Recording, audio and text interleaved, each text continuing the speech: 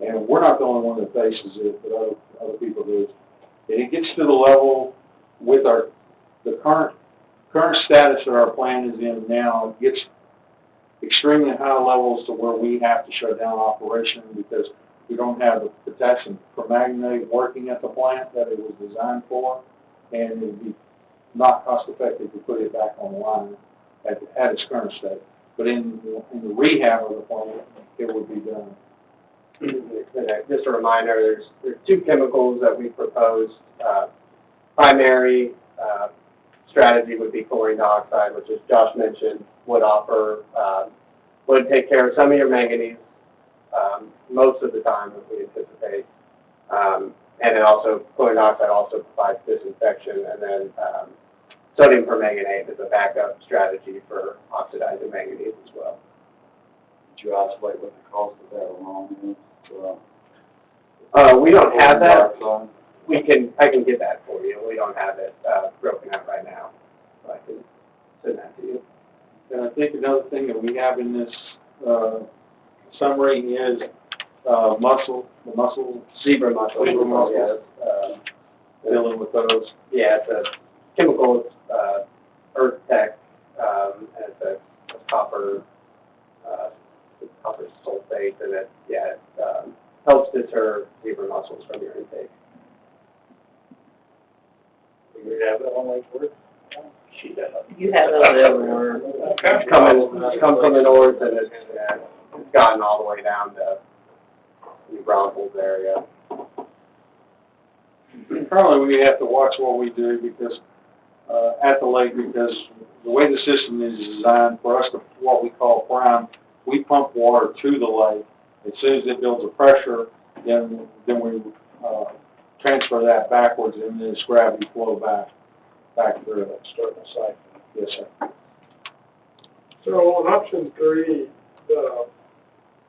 I guess I anticipated maybe the operating costs would be less moving forward. This is looking at a 20-year deal, right? Yes. Yeah, actually, it might be a little clearer on this slide. Option 3 is a lower operation and maintenance cost than option 1. Part of that is with the membranes, you're feeding less chemical, less coagulant, less caustic, and then your big expenditures on option 3 are pumping through the membranes. It takes a decent amount of pressure to get through the membranes. Does option 3 take into account changes in the different chemicals? Get away from chlorine? We assume the bulk bleach storage for option 3, just because that's kind of how, if you're starting over on a green site. So under option 3, would the next 20 years be similar, or we have a lot of startup in the first 20? Is it really, would we expect something similar to these relationships in the next 20? Yes, I believe so. And so that 20-year conceptual third row down right in the middle, that's the 20-year total. At the present worth of the 20-year. But the next 20, you would expect to see something similar to this. Right. Yep. Yes. Now, what's not presented in the slide and during our thought processes was other forms of treatment, because you may hear that Fort Worth has gone to ozone and various other things, and those were studied, but here's our problem is we have a small amount of daily water that we use, and that to go to those higher technologies until they get them to where we can, they're more cost efficient for such a small amount of water, and 1 million gallons a day is not a small if you're hand delivering or whatever, but in the water treatment world, it is very small.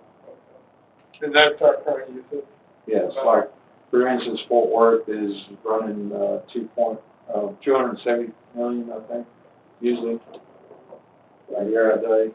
524 million gallons a day right now during the peak in the summer.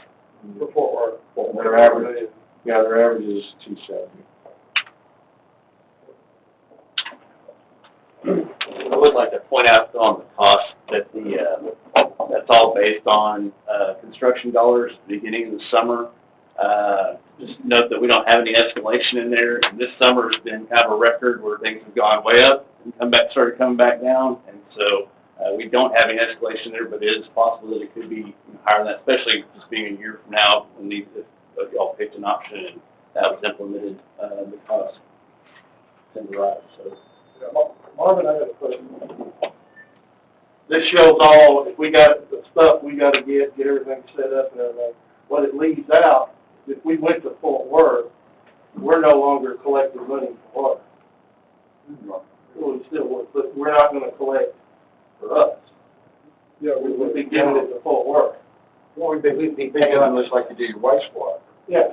Yeah, for your distribution system. What would we lose from what we gain from getting water? We're always at zero, even even. No, we don't bank nothing from. Not here lately, we haven't. But it doesn't, I think the point, it doesn't affect our inflows at all. Doing that. It's just how we spend. We'll still have to operate a distribution system, we'll still have to do sampling.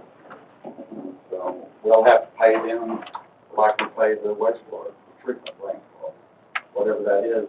The only thing I worry about that is, you get forward, those rates continue to soar.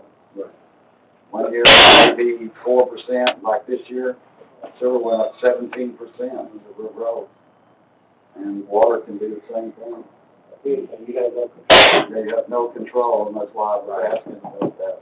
And that may be the, from sitting on that board, part of that, rising cost is they're doing a lot of capital improvements. Right. Capital improvements is in there. We have no control of what capital improvements they do or anything. And so going in the future, you don't know.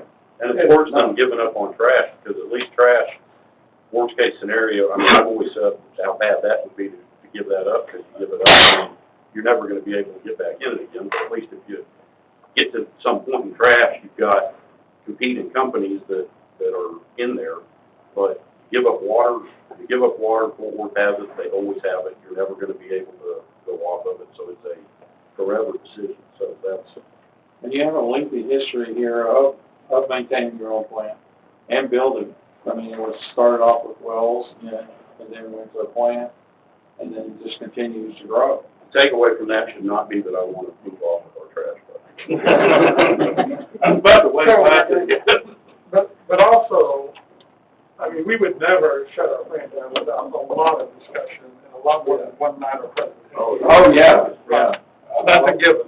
But looking at those numbers, I mean, if those numbers were accurate and after a lot of talk and analysis on the side of that would support, to lower our water rate that our citizens pay. So that would be the reason to do it, is because that option would provide a lower water bill, which is what we hear from our citizens they want. I mean, I don't. But for how long? I mean, and like I said, I know tonight's not. We could look historically, though, I mean, over the last 50 years and sort of estimate what that would have cost us. I'd like to see a portion of our water bill now, though, is sewer and trash goods. And when we always hear about sewer well, so, I mean, it's. It's good, was because of the bad agreement for signed 40 years ago or whatever. All right. So our recommended option, for reasons we've discussed, is option one, improvements at the plant. As Gord was saying, there's equity in the existing plant. It has been around for about 70 years, but it's there and the city owns it. Second advantage is that, this is a big one, is that it allows River Oaks to produce water, but also have an emergency backup. It's a factor of safety of two. That, as Mayor Ashton mentioned, if you switch to Fort Worth, you don't have that backup. Third advantage is the plant staff is familiar with it. They've operated it for a number of years, and they're familiar with the processes. And the fourth advantage is there's a lower capital cost than constructing a new water treatment plant. And I think really at number two there, though, it's what we want to hammer home, is that it does provide safety factor.